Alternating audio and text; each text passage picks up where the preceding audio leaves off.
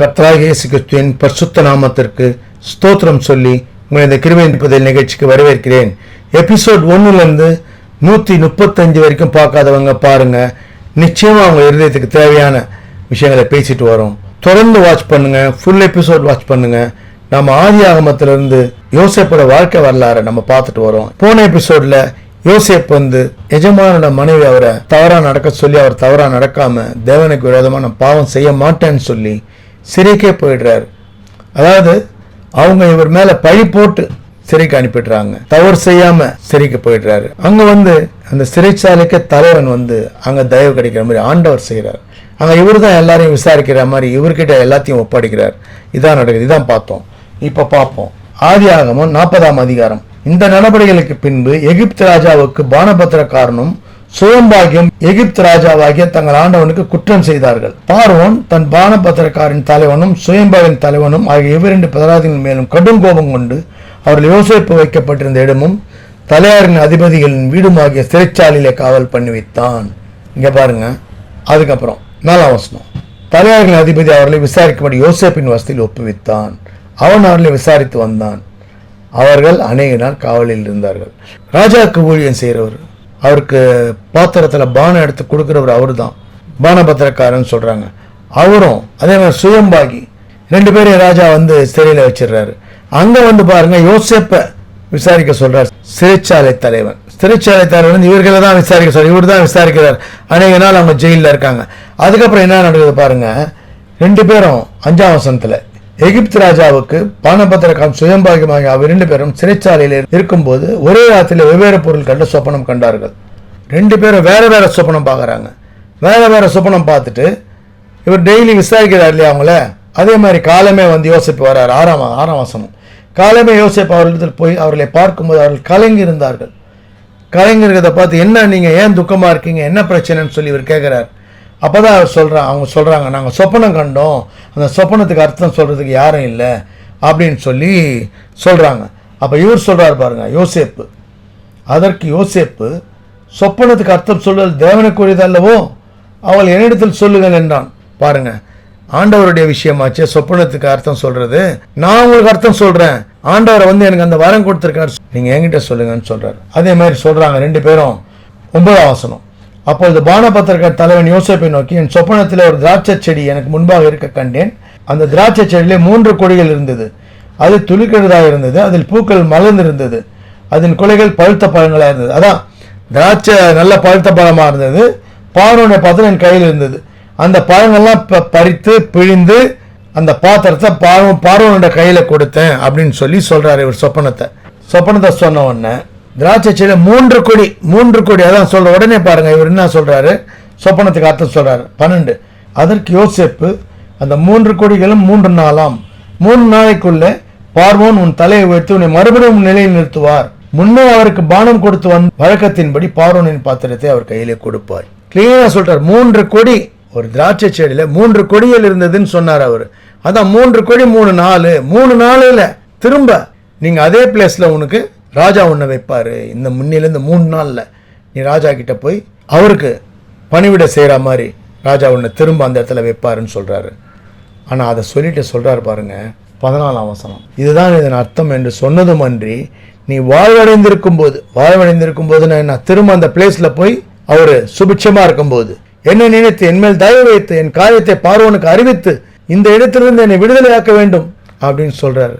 சொல்லிட்டு சொல்றாரு 15ஆம் வசனத்துல, நான் இந்த காவல்ல வைக்கும்படி எந்த தவறும் நான் செய்யல அப்படின்னு சொல்லி அதையும் சொல்றாரு. எந்த தவறும் செய்யாம நான் இங்க கொண்டு வரப்பட்டேன். களவாய், அதான் தவறா நான் என் மேல பழி சுமத்தப்பட்டு நான் இங்க கொண்டு வரப்பட்டேன். நான் எந்த குற்றமும் செய்யலன்னு சொல்றாரு. அதுக்கப்புறம் சுயம்பாகி என்ன பண்றாரு, இதோட அர்த்தம் நன்றா இருக்குது அப்படின்னு சொல்லி சுயம்பாகியின் தலைவன் கண்டு யோசேப்பை நோக்கி, நானும் சொப்பனம் கண்டேன். 3 வெள்ளைக்கூரைகள் என் தலையின் மேல் இருக்க கண்டேன். மேற்கூரையிலே பார்வோனுக்காக சமைக்கப்பட்ட சகலவித பலகாரங்களும் கொஞ்சம் கொஞ்சம் இருந்தது. என் தலையின் மேல் கூடைகள் இருந்தாலும் பறவைகள் பட்சித்தது என்றான். அததான் சொல்றாரு பாருங்க. அதுக்கு திரும்ப அதான் 3 வெள்ளை கூடைகள் 18ஆம் வசனத்துல. அதற்கு யோசேப்பு, அந்த 3 கூடைகளும் 3 நாளாம், இன்னும் 3 நாளைக்குள்ளே பார்வோன் தலையை உயர்த்தி உன்னை மரத்திலே தூக்கி போடுவார். பாருங்க, ஓப்பனா சொல்றாரு பாருங்க. என்ன நினைப்பார் அவரு, நம்ம அவருக்கு சொல்லும் போதும் சரி, அதாவது ஆசீர்வாதம் திரும்ப வந்து அதே பிளேஸ்ல போய் நீ சுபிட்சமா இருப்பன்றதையும் டிரான்ஸ்பரண்டா வெளிப்படையா அப்படியே சொல்றாரு, உள்ளதை உள்ளபடி. அதுதான் சொப்பனத்தை அவங்க சகோதரங்கிட்ட சொன்னதால தான் ஒரு பிரச்சனையே. வெளிப்படையா பேச இந்த உலகத்துக்கு பிடிக்காது பாருங்க. நீங்க வெளிப்படையா எதை சொன்னாலும் அதை பாருங்க, இப்ப நல்லதை சொல்லும் போது அவர் ஏத்துக்கிறாரு. அதே மாதிரி இவனுக்கு பாருங்க பிரச்சனை, அந்த பிரச்சனையை கூட பாருங்க வெளிப்படையா சொல்றாரு. அவர் இங்க சொல்றாரு பாருங்க, உன் தலையை வைத்து உன்னை மரத்தில் தூக்கி போடுவார், அப்பொழுது பறவைகள் உன் மாம்சத்தை தின்னும். இதுதான் அது நம்ம அர்த்தம் என்று சொன்னான் பாருங்க. 3 நாள்ல இவருக்கு நல்லது நடக்கும். இவர் ராஜா கிட்ட பழையபடி போய் ராஜாக்கு பணிவிடை செய்வார். இவரு அவ்வளவுதான். 3ஆம் நாள் பார்வோனோட எல்லாருக்கும் விருந்து பண்றாரு, அவரோட ஜென்ம நாள்னு சொல்லிட்டு. அதாவது ஜென்ம நாள்ன்றது பிறந்த நாள் சொல்லலாம், அவங்களோட வம்சத்தோட நாள் எப்படி வேணா. 3ஆம் நாள்ல அவர் என்ன பண்றாரு பாருங்க, அவன் தன் ஊழியக்காரர் எல்லாருக்கும் விருந்து பண்ணி பானபாத்திரன் தலைவன் தலையையும் சுயம்பாளன் தலையும் தன் உத்தியோகத்தின் நடுவே உயர்த்தி பானபத்திரக்காரன் தலைவனை பானம் கொடுக்கிற தன் உத்தியோகத்தில் மறுபடியும் வைத்தான். அந்தபடியே அவன் பார்வோனுடைய கையில பாத்திரத்தை கொடுத்தான். யோசேப்பு சொன்ன அப்படியே நடக்குது பாருங்க. 3ஆம் நாள்ல ராஜா எல்லாருக்கும் விருந்து பண்றாரு. விருந்து பண்ணி பானபத்திரக்காரன் வந்து யோசேப்பு சொன்ன மாதிரி அவர் இடத்துக்கு போயிடுறார், ராஜாவுக்கு பணிவிடை செய்யறார்.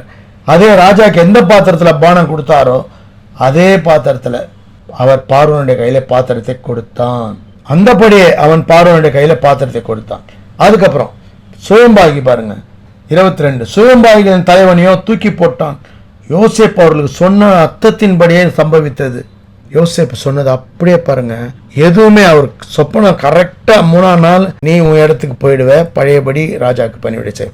நீ வந்து உன் தலையை வந்து தூக்கி மரத்துல போட்டுருவாரு, உன் மாம்சத்தை பறவைகள் தின்னும். இதை சொன்னபடி அதே தான் ராஜா செய்யறாரு. 2 பேரையும் கூப்பிடுறாரு. ஒருத்தருக்கு வந்து அவர் அந்த கனம் கொடுத்துட்றாரு, இன்னொருத்தருக்கு வந்து தண்டனை கொடுத்துட்றாரு. இது யோசேப்பு சொன்னபடி நடக்குது. ஆனா அதுக்கப்புறம் பாருங்க 23ஆம் வசனம், ஆனாலும் பானபத்திரக்காரன் தலைவன் யோசேப்பை நினையாமல் அவனை மறந்து விட்டான். நீங்க யாருக்கு ஒரு நல்லது பாருங்க, யோசேப்பு வந்து அந்த சொன்ன அர்த்தம், அவருக்கு சொன்ன அர்த்தத்தால தான் அவர் அதை தெரிஞ்சது. ராஜா வந்து முன்கூட்டியே ராஜா கனம் பண்ண போறாரு, பழையபடி நீ ராஜா கிட்ட போயிருப்ப, அப்ப என்ன நினைச்சுக்கோ, நீ வாழ்வடைஞ்சிருக்கும் போது என்ன நினைச்சுக்கோன்னு கூட ரெக்வஸ்ட் பண்றாரு. என்ன நினைச்சு எங்கேருந்து என்னை விடுதலை பண்ணு, நான் தவறாதான் இங்க கொண்டு வரப்பட்டேன், நான் எந்த பாவமும் செய்யலன்னு ரெக்வஸ்ட் பண்ணி சொல்லியிருந்தார். ஆனா பாருங்க அந்த பானபத்திரக்காரன் அவருக்கு வந்து யோசேப்பு சொன்னபடி ஆசீர்வாதம் கிடைச்சிருச்சு. ஆனா யோசேப்பை வந்து அவர் மறந்துட்டார்.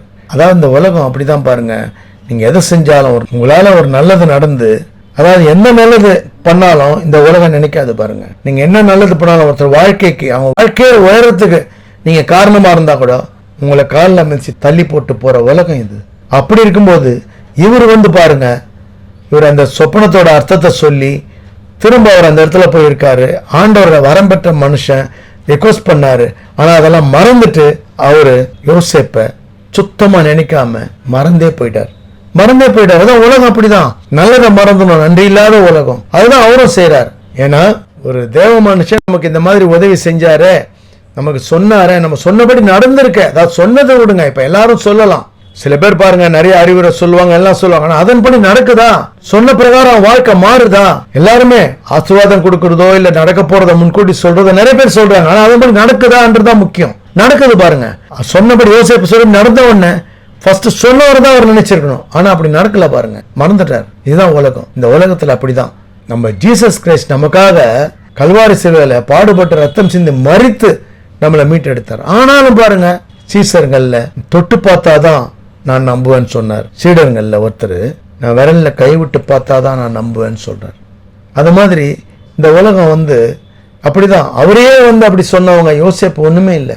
அவர் சொன்னதை அவரால் நல்லது நடந்து அந்த நன்றி அவர் நினைக்காம போயிட்டார். இதுதான் இந்த உலகம்.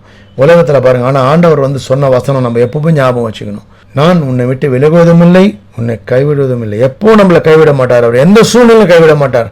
யோசேப்பு பாருங்க, அவர் மறந்துட்டார். ஆனாலும் வந்து ஆண்டவர் வந்து அவரை கைவிடவே மாட்டார். அந்த பானபத்திரக்காரர் மறந்து போயிடலாம், ஆனா ஆண்டவர் மறக்க மாட்டார்.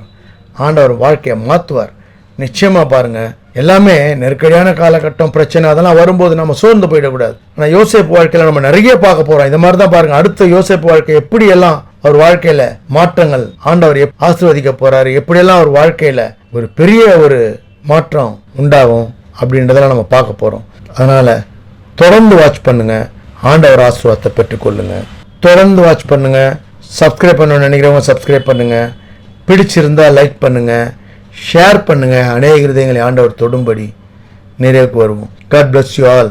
கர்த்தராகிய இயேசு கிறிஸ்துவின் விலையேறப்பட்ட ரத்தத்திற்கு ஜெயத்தை ஏறெடுத்து அவருடைய பரிசுத்த நாமத்திற்கு ஸ்தோத்திரம் சொல்லி நிறைவு செய்கிறேன். நன்றி. தேங்க்ஸ் ஃபார் வாட்சிங். தேங்க்யூ.